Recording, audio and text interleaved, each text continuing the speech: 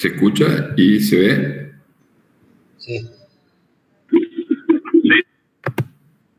Bueno, la clase de hoy es de tumores cerebrales y el papel que juega la radiología. Estos dos primeros conceptos al inicio de la charla, los radiólogos juegan un papel clave en el diagnóstico. Esto tienen que saberlo hoy en día el que hace neuroradiología, que el radiólogo juega un papel clave en el diagnóstico y el manejo de los tumores cerebrales y por ende debe mantenerse actualizado. Y la clasificación de los tumores cerebrales hoy en día se encuentra basada por dos ítems. Uno son los hallazgos histopatológicos, o sea, la anatomía patológica, y en la actualidad se agregan las mutaciones genéticas. Tanto los hallazgos histopatológicos, la anatomía patológica, como las mutaciones genéticas son las que van a impactar directamente en la génesis, en la evolución y el pronóstico de este paciente. O sea que antiguamente se clasificaban de acuerdo a los hallazgos anatomopatológicos y hoy en día se agrega el componente genético. ¿Qué se entiende por tumor primario del sistema nervioso central? En su mayoría, no todos, derivan de células que componen el tejido nervioso normal, o sea, de las neuronas y de la neuroglía. La glía, Virchow la describía como el tejido conectivo cerebral. ¿Cuáles son las funciones que tiene? Funciones de sostén, de nutrición, de oxigenamiento, aislamiento y fagocitosis. ¿Cómo está conformada esta neuroglía? Por los astrocitos, que son los que están en color verde, que van a formar parte de la barrera hematoencefálica, está relacionado con la neurona y por lo tanto interviene en la nutrición y oxigenación de la neurona. El oligodendrocito, que está en color lila, el que va a conformar la mielina. La microglía, que son como fagocitos o macrófagos del sistema nervioso central, son los que están en color rosado, y las células ependimarias son las que tapizan las cavidades ventriculares. Entonces, por un lado tenemos las neuronas y por el otro lado tenemos la glía. Y dentro de la glía hay que recordar que está conformado por estas cuatro células: astrocito, oligodendrocito, microglía y células ependimarias. ¿Por qué es importante esto? Porque de ahí histológicamente se dividieron los tumores. Así se conocieron tumores gliales o gliomas, que son los más importantes del sistema nervioso central, y dentro de ellos, si venían de la serie astrocítica, se denominaban astrocitomas. Si venían de los oligodendrocitos, se llamaban oligodendrogliomas. Si venían de las células ependimarias, se llamaban ependimomas, y tumores del plexo coroide también forman parte de los tumores gliales. Si los tumores se originan de las neuronas, se denominan tumores neuronales o glioneuronales a nivel del sistema nervioso central. Si se originan de las meninges, se denominan meningiomas. Si se derivan de los nervios, se denominan neurinoma o joanomas. Y si vienen de células inmaduras o indiferenciadas del sistema nervioso central, son los que se conocen como blastomas, retinoblastoma, meduloblastoma, o los tumores embrionarios, como el teratoide, rhabdoide, que es un tumor embrionario altamente maligno, que sería una forma precoz de un meduloblastoma, por ejemplo, o de un blastoma. Son tumores altamente agresivos, estos tumores indiferenciados. Entonces, un grupo muy heterogéneo de tumores donde predominan los tumores gliales, pero hay una amplia gama de lesiones tumorales a nivel del sistema nervioso central. Lo primero que tenemos que saber nosotros como radiólogos si la lesión corresponde a un tumor primario o a un tumor secundario, ¿sí? Si es secundario, corresponde a una metástasis. Si es primario, lo que hay que determinar si el tumor es glial, si es un glioma o es un tumor no glial. Todos estos conceptos se nos tienen que venir en la mente cuando vemos una lesión expansiva dentro del sistema nervioso central.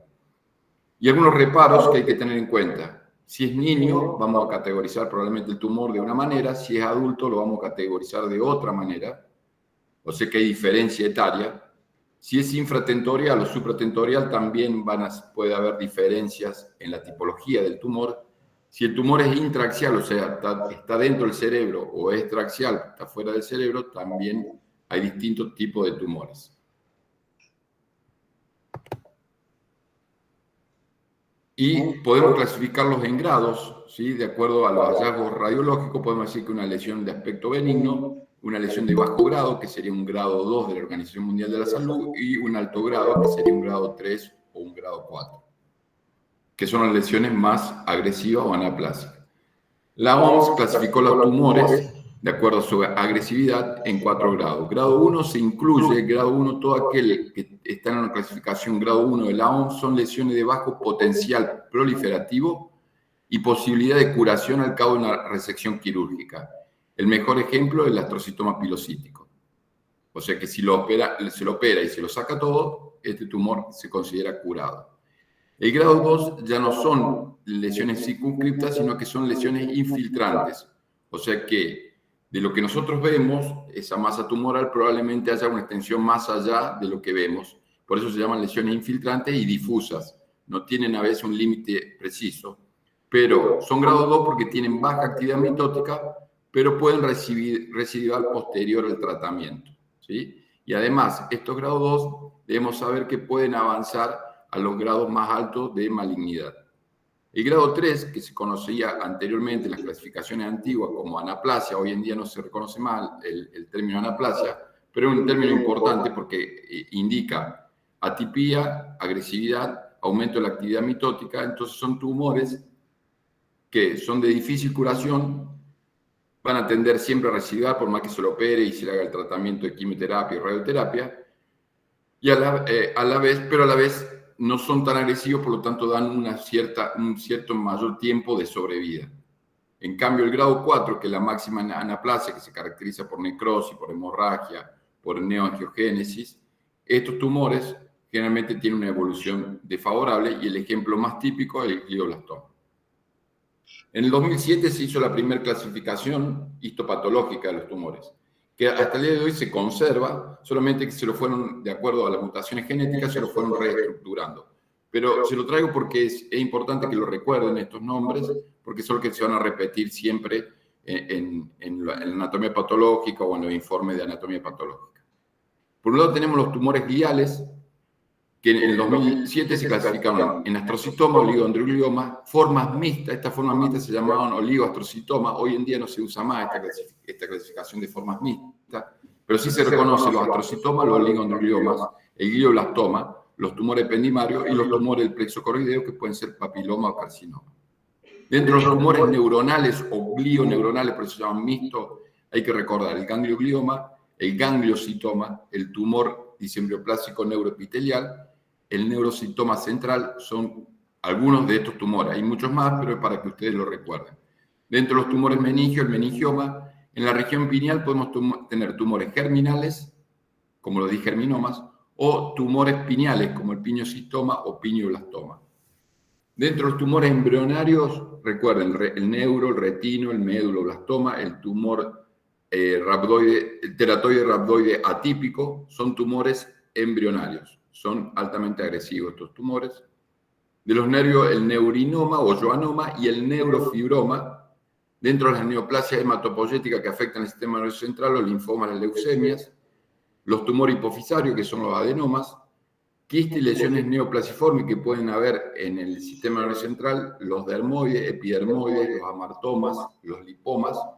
Y recuerden también la extensión de tumores locales que generalmente se dan a nivel de la base del cráneo, como el craniofaringioma, que proviene de un resto embriológico de la bolsa de Rathke, el glomus, que vienen de quimioreceptores a nivel de la base del cráneo, yugulares o timpánicos, y el cordoma, que viene de un resto de la notocorda. En el 2016 se agregan los parámetros moleculares y se hace una nueva clasificación de esta del 2007. En el cual los tumores gliales se le agregaba estas dos mutaciones genéticas, el IDH y la codelección 1P19Q, en los tumores gliales. Entonces, si un tumor glial podía ser IDH mutado, si tenía la mutación IDH, si no la tenía, iba a ser IDH salvaje. Esto tenía importancia desde el punto de vista pronóstico, ¿sí? Los IDH mutados tenían mejor pronóstico y los IDH salvajes tienen peor pronóstico. Si a esa mutación IDH presenta o no la codelección 1P19Q, si no la presenta, ese va a ser un tumor glial IDH mutado y va a corresponder a un astrocitoma. Entonces los astrocitomas son tumores gliales IDH mutado, pero que no presentan la codelección 1P19Q. En cambio, si estos tumores gliales IDH mutados presentan la codelección 1P19Q, sabemos que histológicamente corresponden a lo que se llamaban anteriormente o se llaman tumores oligodendrogliomas. Y cuando no tienen la mutación IDH, son IDH salvajes y estos se consideran glioblastomas. En el 2016 se volvió a hacer esta clasificación, es muy similar a la que yo le venía mostrando. Recuerden, los astrocitomas podían ser difusos, podían ser grado 2. En la forma anaplásica, este término anaplásico ya no existe más, pero sí puede haber astrocitoma IDH mutado grado 3, y hoy en día este glioblastoma IDH mutado ya no existe más y lo consideran como un astrocitoma IDH mutado grado 4. O sea que el astrocitoma puede tener 3 grados, grado 2, grado 3 o grado 4. El oligodendroglioma, que tiene la coelección 1P19Q, puede ser grado 2 o grado 3 de anaplasia, y el grado 4 de anaplasia corresponde a los IDH salvajes como el glioblastoma. Y después el resto de la clasificación se agregan algunos tumores, pero básicamente lo mismo. El astrocitoma pilocítico se lo considera como un tumor circunscripto benigno grado 1, ¿sí?, de la clasificación de la OMS. En el 2021 se agrega esta estructura de información en capas, donde se hace este tipo de clasificación. Astrocitoma difuso, IDH mutado, grado 2 de la Organización Mundial de la Salud. Entonces, el hallazgo histopatológico o anatomopatológico es astrocitoma difuso, grado 2 de agresividad en este caso, y tiene que presentar esta mutación. IDH, además, para ser un astrocitoma, tiene que presentar estas dos mutaciones, ATRX y el TP53. En el caso, por ejemplo, del oligodendroglioma, lo que antes se llamaba anaplásico, como acá le digo, en el 2021 se elimina el término anaplásico en el astrocitoma y en el oligodendroglioma, pero persiste en los meningiomas. Pero básicamente el anaplásico son los grado 3. Sería un glioma infiltrante con características histológicas de oligodendroglioma, grado 3 de la Organización Mundial de la Salud, presenta la mutación IDH y presenta la mutación NOP19Q. Entonces se hizo una nueva reestructuración, ¿sí?, de los gliomas. Se lo dividió en gliomas de los adultos, donde está el astrocitoma, el oligodendroglioma y el glioblastoma. Y después los tumores pediátricos de bajo grado y de alto grado. De bajo grado corresponden a los gliomas difusos, ¿sí?, de bajo grado, y de lo alto grado tenemos el glioma difuso en la línea media y los gliomas hemisféricos difusos que sean en la edad pediátrica. Y los tumores circunscriptos grado 1, el astrocitoma pilocítico. De estos, para recordar, de estos gliomas difusos en el adulto, hay que recordar entonces si tienen la mutación. Si no tienen la mutación, se consideran wild type, son de tipo salvaje, suelen tener estas alteraciones, neoangiogénesis, necrosis, estas mutaciones, y corresponden a glioblastoma IDH wild type o salvaje, son el grupo 4. Si tienen la mutación IDH y tienen la mutación ATRX y TP53, van a ser astrocitomas que pueden ir del grado 2, 3 o 4 de acuerdo al hallazgo histopatológico. O sea, si tienen necrosis, ya se va a considerar histológicamente un grado 4. Y si tienen esta mutación, también se van a considerar grado 4. Y si no tiene, si tienen la mutación 1P19Q, van a ser oligodendroglioma, que van a ir de los grados 2 y 3. Entonces el astrocitoma puede llegar a ser un grado 4. Van a escuchar también en los informes de anatomopatológico el índice de proliferación Ki67. Este índice se usa mucho para los tumores y aparece, y es en realidad un biomarcador de proliferación celular, ¿sí? Cuanto más alto, mayor proliferación celular. Y se agregan estas clasificaciones, el NOS y el NEC, ¿sí?, en el 2021. ¿Qué quiere decir? El NOS es no especificado, se utiliza cuando la información molecular no está disponible, no se realizó o no tuvo éxito, ¿sí? En ese caso sería un tumor genéticamente no especificado. Y no clasificado se utiliza cuando las pruebas diagnósticas se realizaron con éxito, pero los resultados no permiten llegar a un diagnóstico o una clasificación según la Organización Mundial de la Salud. Tanto el NOS como el NEC se puede usar en cualquier tipo de tumor. Entonces, estas dos nomenclaturas se agregan a los tumores cerebrales. Pueden ser NOS en algunos casos, porque no se realizó, no estaba disponible o está en un centro periférico y no tienen información o pruebas moleculares. Y el NEC cuando se realiza esta prueba, pero no se arriba a ningún diagnóstico. Desde el punto de vista radiológico, tienen que evaluar siempre que encuentren un tumor, la clínica del paciente, la edad del paciente, la localización del tumor, si la lesión es única, si es multifocal o múltiple, que es diferente, su topografía, si es cortical, subcortical, si es frontal, en qué región se ubica, si es profundo a nivel de los núcleos grises, su extensión, las características radiológicas que tiene el tumor, si tiene calcio, si tiene grasa, si tiene hemorragia, si tiene necrosis, si el patrón de realce que presenta el tumor, si existe, si realza o no, si tiene edema, si tiene efecto de masa, las lesiones secundarias que acompañan este tumor, siempre tenerlos presentes, los síndromes de herniación, pueden provocar isquemias, puede haber hidrocefalia por el efecto de masa del tumor. Y al final de nuestro informe debemos saber si el proceso que estamos analizando es un proceso tumoral o no. Si podemos determinar el grado de malignidad, ver signos de anaplasia que nos muestra la resonancia magnética o la tomografía, pero generalmente la resonancia magnética, hacer diagnósticos diferenciales con otros tumores, y siempre los tumores requieren evaluarse con secuencias avanzadas como la difusión, la perfusión y la espectroscopía. Ayudan a caracterizar mejor a estos tumores. La clínica del tumor puede ser asintomático y puede ser un hallazgo casual en una imagen. Le puede pasar miles de veces que van a hacer una tomografía o una resonancia y se encuentra con un proceso expansivo en un paciente asintomático. Otras veces el paciente relata que tiene cefaleas o ha tenido crisis convulsiva, signo de hipertensión endocraniana o un déficit neurológico focal que no es brusco como la ACV, sino que es progresivo. Puede tener un evento súbito, sí, pero generalmente cuando uno hace una anamnesia al paciente, este le relata que hace varias semanas o meses que viene con un cuadro progresivo de este déficit neurológico. ¿Qué secuencias se recomiendan? Las secuencias generalmente se recomiendan volumétricas para la neuronavegación o para la radioterapia también. Hay que utilizar secuencias gradiente de eco o de susceptibilidad magnética, secuencias T1 con gadolinio. Esas son secuencias básicas que tiene que llevar cualquier estudio de resonancia magnética. Y secuencias de mayor complejidad, ¿sí?, que ayudan a caracterizar mejor el tumor. Con respecto a la edad del paciente, recuerden que en la primera etapa de la vida, los tumores que más frecuentes tienen que pensar son tumores embrionarios como el rhabdoide, el papiloma del plexo coroideo, tumores germinales, el craniofaringioma, si está en la fosa posterior el meduloblastoma o el ependimoma, y el astrocitoma pilocítico en los primeros 10 años de vida. Si estamos en la parte media de la vida, entre los 20 y los 50 años, los dos tumores que dominan esta región son el astrocitoma difuso y el oligodendroglioma, ¿sí?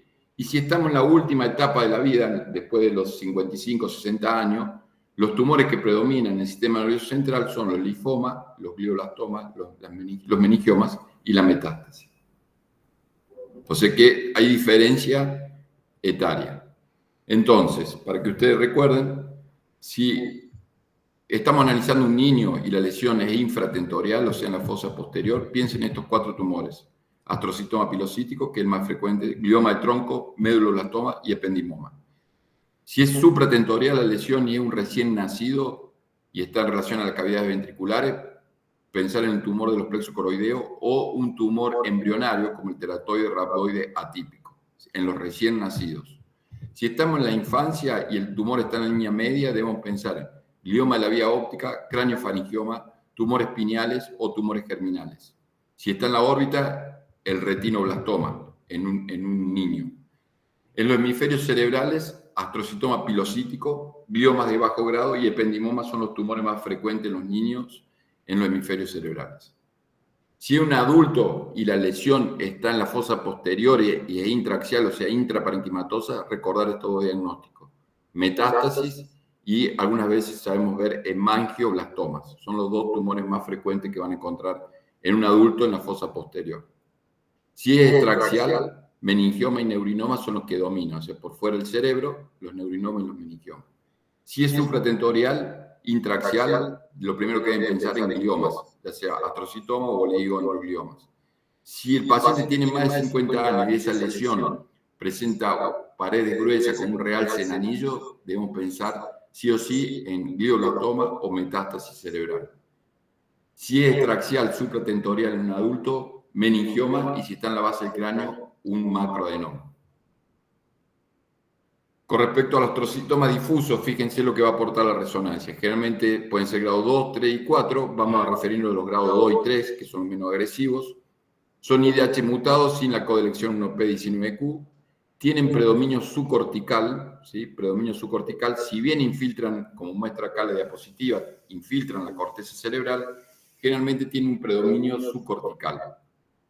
Son homogéneos, los grados 2 y 3, que son menos agresivos, y se ubican, predominan en la región temporoinsular o frontotemporoinsular, como muestra esta diapositiva. Esta es la localización más frecuente de estos astrocitomas difusos. La corteza también puede estar involucrada en casos tardíos en comparación con el oligodendroglioma, que es un tumor de base cortical desde el principio. Una de las cosas que tienen presente en la resonancia magnética cuando analizan una lesión glial es si tiene este mismatch T2 y FLAIR. Tiene una alta sensibilidad y una alta especificidad para el diagnóstico de tumores IDH mutados no codeleccionados. O sea, cuando tenemos este mismatch positivo, corresponde a un astrocitoma difuso. ¿Y qué es este mismatch? Lo que tienen que evaluar es el T2 y el FLAIR. El T2 van a ver una lesión hiperintensa, homogénea, ¿sí? Y en el FLAIR van a ver que esta lesión se vuelve oscura en la secuencia FLAIR en la parte central y se encuentra rodeado por un halo hiperintenso. A esto se refiere el mismatch T2 y FLAIR. Cuando está presente hay una alta sensibilidad y especificidad que corresponde a un astrocitoma, un glioma IDH mutado no codeleccionado, o sea, un astrocitoma. Este mismatch T2 y FLAIR está generalmente presente y cuando lo vean pueden llegar a decir que corresponde a un astrocitoma. Fíjense los gliomas corticales, como los oligodendrogliomas. Fíjense la gran invasión que presentan los oligodendrogliomas de la corteza cerebral, ¿sí? Tienen extensión subcortical, pero tienen una gran representación cortical. Eso es uno de los hallazgos. Otro de los hallazgos que son más frecuentes en la región frontal, otro de los hallazgos que suelen ser más heterogéneos, porque suelen presentar calcificaciones en su interior, y esto corresponde a tumores gliales IDH mutados que presentan la codelección 1P19Q, o sea, los oligodendrogliomas. Ahora bien, criterio de anaplasia que nosotros tenemos que ver a través de las imágenes, y eso nos va a dar el grado de agresividad que se va a correlacionar con la anatomía patológica de ese paciente. Primero, ver la captación de contraste. Si el paciente tiene una captación de contraste en anillo, de paredes gruesas, irregulares, como muestra esta diapositiva, debemos saber que estamos en una lesión de tipo anaplásica. Si esta lesión presenta necrosis o micro o macrohemorragia, debemos saber que esa lesión es una lesión anaplásica. Si la lesión presenta multifocalidad, probablemente sea una lesión anaplásica. Si lo vamos comparando en el tiempo de evolución y su crecimiento es abrupto, probablemente corresponda a una lesión de tipo anaplásica. El aumento de la espectroscopía de la colina, el lactato y lípidos son índices también de actividad proliferativa. El aumento en la perfusión del volumen sanguíneo cerebral también se considera una actividad proliferativa. Y la restricción en la difusión también habla de un criterio de anaplasia. Con respecto a la difusión, lo que podemos encontrar, en este caso un tumor, que no restringe mucho en el mapa de ADC, pero en la difusión vemos un foco de hiperseñal. ¿Cuál es la importancia de esto? Es que en esa zona va a haber mayor celularidad, por lo tanto la molécula de agua no se mueve libremente y por lo tanto restringe dentro del tumor en la zona donde hay mayor celularidad. ¿Para qué nos sirve? Por ahí para ver si puede ser un foco de mayor anaplasia y por ahí para guiar una biopsia en ese lugar. En este caso, un tumor con mucho edema y con una marcada restricción nos hace sospechar que corresponde a un tumor, ¿sí?, anaplásico, ¿sí? Restringe la difusión, tiene un mapa de ese bajo. Eso habla de que probablemente sea un tumor anaplásico, en este caso fue un glioblastoma.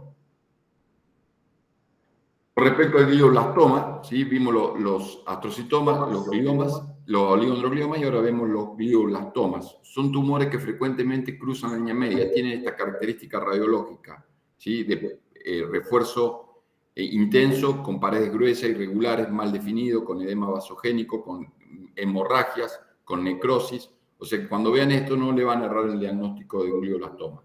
Atraviesan y filtran las estructuras de la línea media o la estructura de sustancia blanca como el cuerpo calloso y pueden extenderse de un hemisferio cerebral a otro. Pueden extenderse a través del epéndimo, tengan presente eso cuando vean un glioblastoma En la línea media, fíjense siempre el epéndimo que suele realzar porque puede haber infiltración ependimaria y esto habla de que el tumor se va a diseminar por el espacio aracnoideo y puede dar metástasis en el resto del sistema nervioso central. Pueden ser unilaterales, generalmente glioblastoma con necrosis en el lóbulo temporal, recuerden, esos son tumores, generalmente son glioblastomas. Y pueden también infiltrar las meninges adyacentes, ¿sí? Entonces, en la línea media y en el lóbulo temporal son los dos lugares más frecuentes que yo he visto glioblastomas. Fíjense este caso, típico de un tumor de un glioblastoma en ala de mariposa, por esa morfología bilobulada que tiene, que afecta el lóbulo frontal, afecta el cuerpo calloso. En las secuencias de difusión restringe de manera importante, ¿sí? En las secuencias T2 empiezan a haber vasos de neovascularización, hay focos de microhemorragia, esto acompaña siempre al glioblastoma, estos focos de microhemorragia. Por ahí nos va a permitir hacer el diagnóstico diferencial con tumores como los linfomas. Y el realce irregular en anillo con edema vasogénico es típico de los glioblastomas. El glioblastoma puede cruzar hacia el hemisferio contralateral o puede cruzar también hacia la región de supra a infratentorial. Este glioblastoma que se ve en ambos hemisferios cerebrales con múltiples focos, como muestra acá la diapositiva, recuerden que se llama glioblastoma multicéntrico. Cuando hay dos hemisferios cerebrales afectados, se llama glioblastoma multicéntrico. Ahora bien, si tenemos un glioblastoma que tiene múltiples focos, pero está en un solo hemisferio cerebral, se denomina glioblastoma multifocal, ¿sí? Entonces, multicéntrico cuando afecta a ambos hemisferios cerebrales, multifocal cuando tiene múltiples focos, pero en un solo hemisferio. Estos tumores se acompañan con necrosis tumoral. A veces podemos encontrar este tipo de tumor, ¿sí? Que parece como una lesión benigna, en realidad ya es un glioblastoma, tiene un realce en anillo, pero recuerden, se lo traigo como ejemplo, que estas lesiones que realzan anillo muchas veces plantean el diagnóstico diferencial con estas lesiones que realzan el anillo, que presentan edema, ¿sí? Y que pueden a veces ser confundidos con un glioblastoma. En el caso de los tumores con necrosis, la difusión está facilitada por la necrosis, por lo tanto nuestro mapa ADC va a estar aumentado en la zona de necrosis. En cambio, en la difusión del absceso va a haber una restricción por la presencia de pus. Entonces la necrosis está facilitada, la difusión en el absceso está restringido. Con respecto a los quistes, podemos encontrar quistes, lesiones expansivas que son quistes aracnoideos, que van a tener este comportamiento de señal. Hipointenso en T1, hiperintenso en T2, difusión facilitada, FLAIR, el mismo comportamiento que el líquido cefalorraquídeo. A diferencia de este quiste, que se comporta hipointenso en T1 como si fuera líquido cefalorraquídeo, hiperintenso en T2, difusión facilitada en la difusión, pero si se fijan en el FLAIR, debido al alto contenido de células y de proteínas, no restringe, o no es que no restringe, sino que no se satura en la secuencia FLAIR, por lo tanto no es contenido únicamente líquido. En este caso, para lo que parecía un quiste simple, es un quiste de tipo tumoral. Así se comportan los quistes tumorales. También le puede pasar esto a eventos, ¿sí? De encontrarse con un paciente que tiene una craniotomía, que tiene una lesión expansiva, con un realce en anillo, con paredes irregulares, con edema vasogénico, con efecto de masa, con características de un tumor anaplásico. Y este paciente ha recibido un tratamiento quirúrgico y un tratamiento por radioterapia. Entonces muchas veces nos encontramos con esta disyuntiva que es un problema desde el punto de vista radiológico en determinar si hay progresión o pseudo progresión, ¿sí?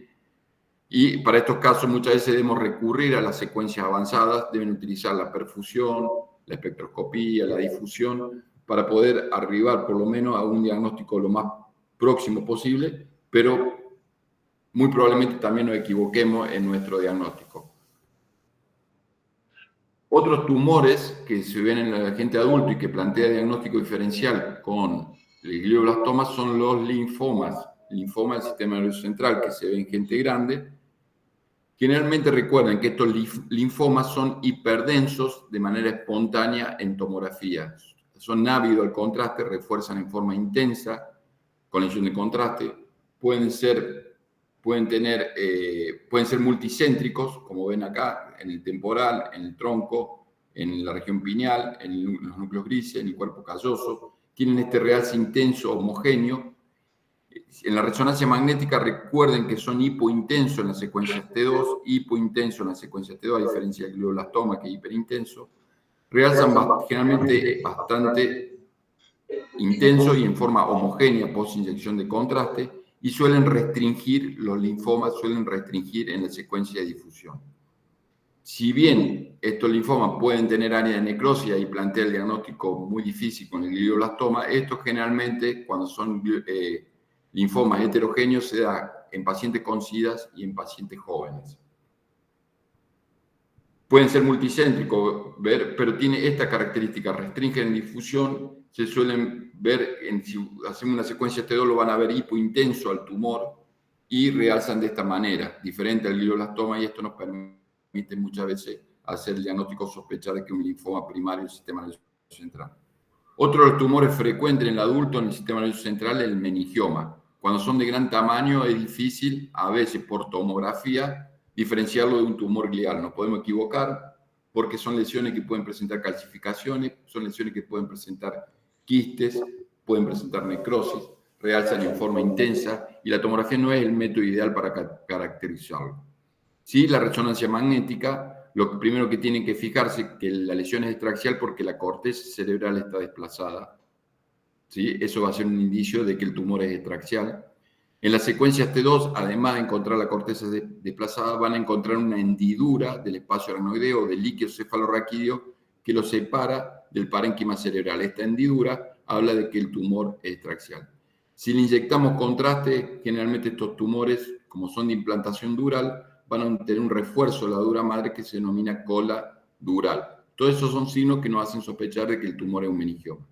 Y recordar que si el tumor está en la convexidad del hemisferio cerebral, estos tumores, como son durales, infiltran, y los senos venosos están formados por paredes de la dura madre, infiltran los senos venosos y los trombosan. ¿Sí? Es un hallazgo que tienen que mirar cuando vean un meningioma de la convexidad.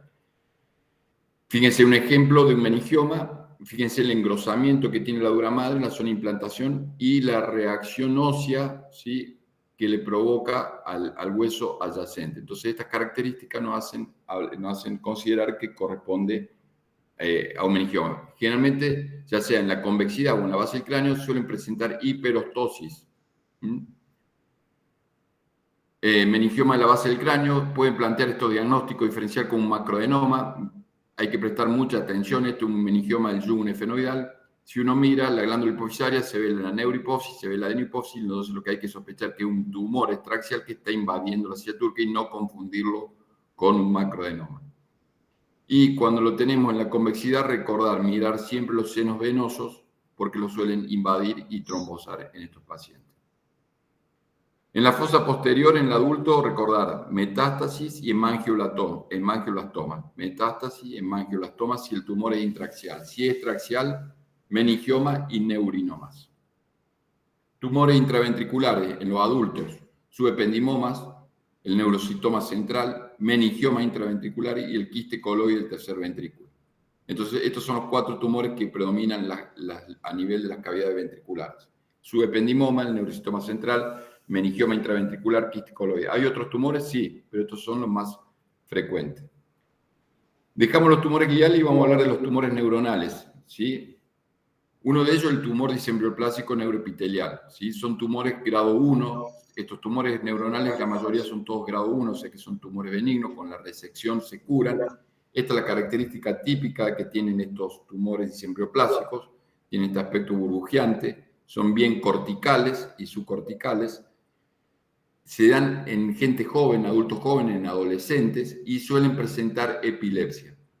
Generalmente no realzan con la inyección de contraste y se ven marcadamente hipointensos en la secuencia T1. Entonces, cuando vean este tipo de tumor en un paciente joven o en niño con epilepsia, sepan que corresponde a un DINET, ¿sí? Ahora bien, si este mismo tumor lo encontramos en una persona adulta, como este ejemplo que le traigo acá, ¿sí?, probablemente corresponda a este nuevo tumor que fue clasificado en el 2016 como tumor neuronal multinodular vacuolar. Son muy similares, los dos dan epilepsia, los dos son benignos, grado 1, pero uno se da más en los niños y en los adultos jóvenes y el otro se da en los adultos mayores. Otro de los tumores que tienen que recordar de los tumores neuronales, el ganglioglioma. Se ubican a nivel parietal o a nivel temporal y tienen generalmente esta característica, con un gran quiste, con un nódulo mural que realza con lesión de contraste. Cuando vean esta imagen, en un paciente joven con epilepsia, sepan que corresponde a un ganglioglioma. En pediatría debemos recordar astrocitoma pilocítico, glioma de tronco, medulloblastoma y ependimoma. Lo vamos a mencionar rápidamente. Esta es la forma que presenta el astrocitoma pilocítico. El tumor pediátrico más frecuente en la fosa posterior, el tumor cerebeloso más frecuente en la edad pediátrica.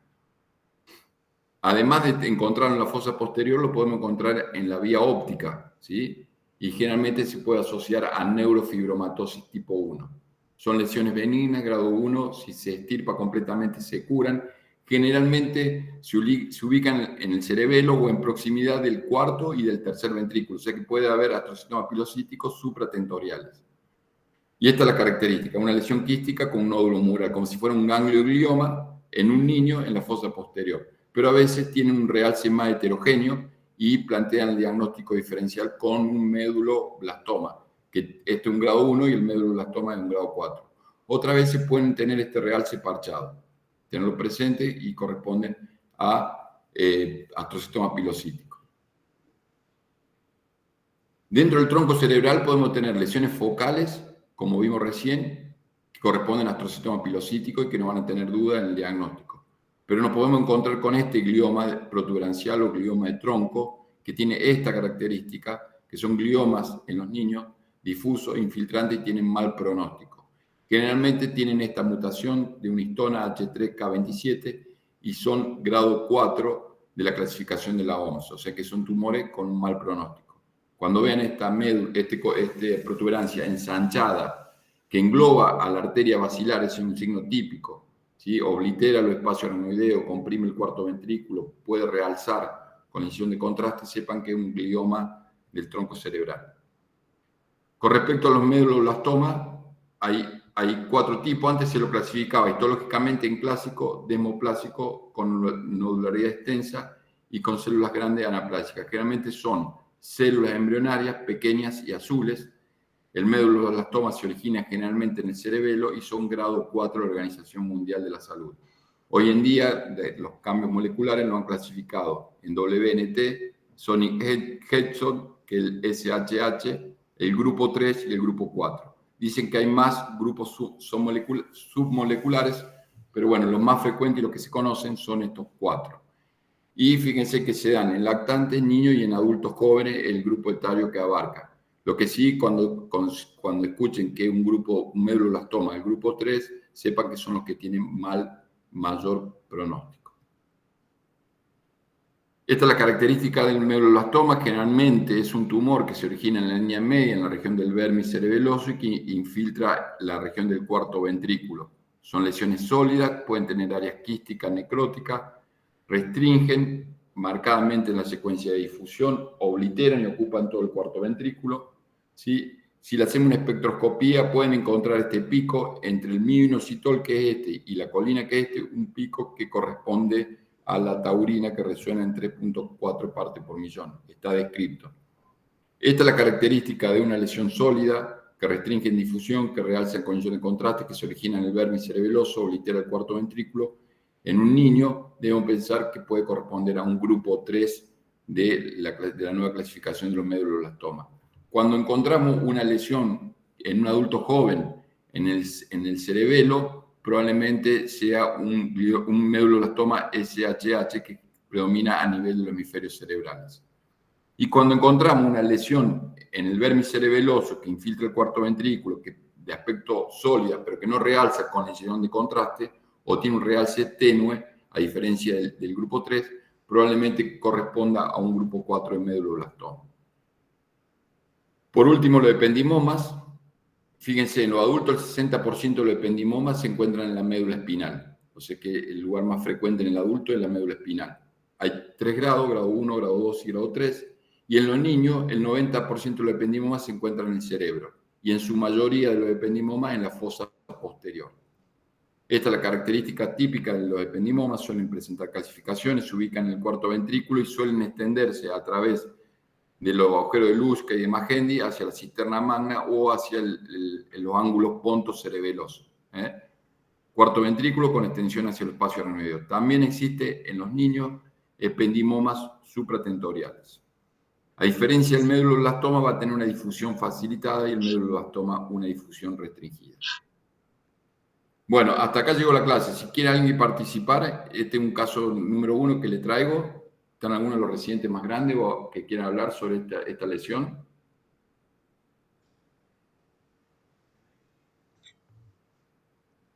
¿Nadie se anima?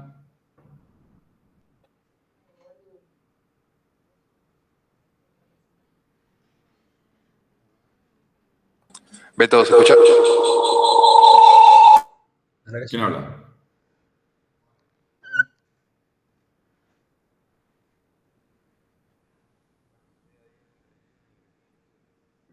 ¿Dónde está la lesión? Primero, ¿qué describiría?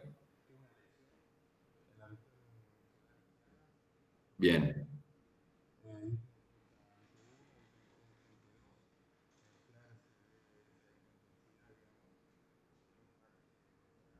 O sea que tiene mismatch positivo. Bien. ¿Tiene, en el gradiente de eco tiene calcificaciones o hemorragia? No se ve, ¿no es cierto? Es bien homogéneo. Difusión facilitada. Bueno, por ejemplo, entonces con el mismatch de Doyle-Flair, ¿qué diríamos? Que es claro, un glioma IDH mutado, un astrocitoma. Claro. Y con el resto de las imágenes podríamos decir que es un grado anaplásico o un grado benigno. Claro. Claro, entonces podríamos sospechar que estamos ante un glioma IDH mutado, que sería un astrocitoma, no tiene hemorragia, difusión facilitada, y que podría corresponder a un grado 2, por ejemplo, un glioma difuso, pero grado 2, no anaplásico, no sea ni un grado 3 ni un grado 4. Bien, y este caso, por ejemplo, caso que nos toca a nosotros a diario. Flair, difusión, T1 con contraste, mapa de ADC, y esta es la perfusión de esta lesión. Es similar al anterior, tenemos mismatch.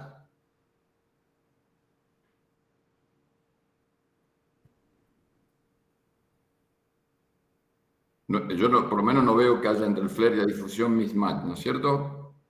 Tiene un realce muy irregular con la incisión de contraste. Restringe, y fíjense la perfusión como la tiene francamente aumentada.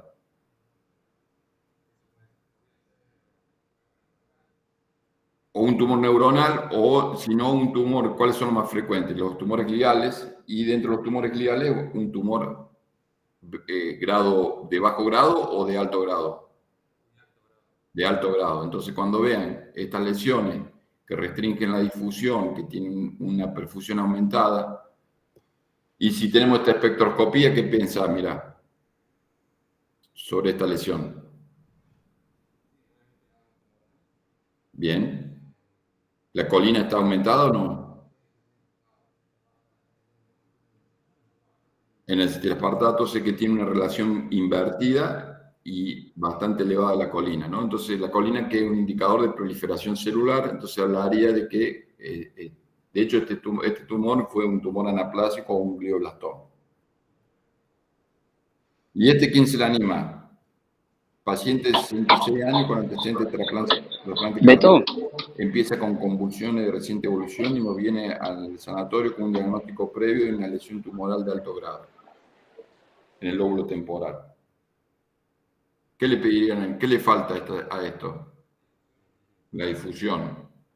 Fíjense, pero lo que estamos viendo ahí parece una lesión anaplásica con edema, muy heterogénea, realza en anillo. Diría, cuando uno ve esto, podría decir que es un glioma anaplásico o un glioblastoma, ¿no? ¿Estamos de acuerdo en eso? Bueno, fíjense la difusión. La colina no se la ve. Hay un gran pico de macromoléculas que corresponde al lípido, lactato y aminoácidos, en los dos tiempos de ecos. Y fíjense la difusión. ¿Es un glioma anaplásico o un absceso. ¿Ah? Entonces, a veces hay que usar todas las herramientas para el diagnóstico de estos tumores, ¿no? Porque en este caso fue una endocardiosis de un paciente con un trasplante cardíaco. Pero bueno, a veces, si nos quedamos con esto nada más, no vamos a confundirnos en el diagnóstico. Bueno, eso es todo. Espero que les haya sido útil. Es muy complejo, es un tema muy complejo. Hay que sentarse y leer estas clasificaciones nuevas del 2016, 2021. Les recomiendo que lean también la clasificación del 2007, que es la clasificación histopatológica de los tumores, porque de ahí se arranca todas las nuevas clasificaciones. Bueno, espero que haya sido